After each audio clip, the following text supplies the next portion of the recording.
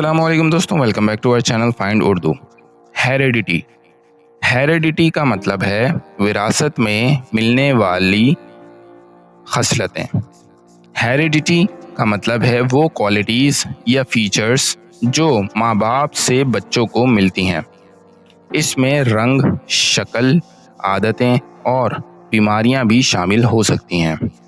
ये लफ्ज़ ज़्यादातर बायोलॉजी में यूज़ होता है। आई colour is often determined by heredity. आंखों का रंग अक्सर विरासत से तय होता है। दोस्तों, हेरिडिटी का मतलब है माँ बाप से बच्चों को मिलने वाली फितरी खसलतें जैसे रंग, आदत या शक्ल। उम्मीद है आपको हेरिडिटी का मतलब समझ में आ गया होगा। मिलते हैं नेक्स्ट वीडियो में। शुक्रिया।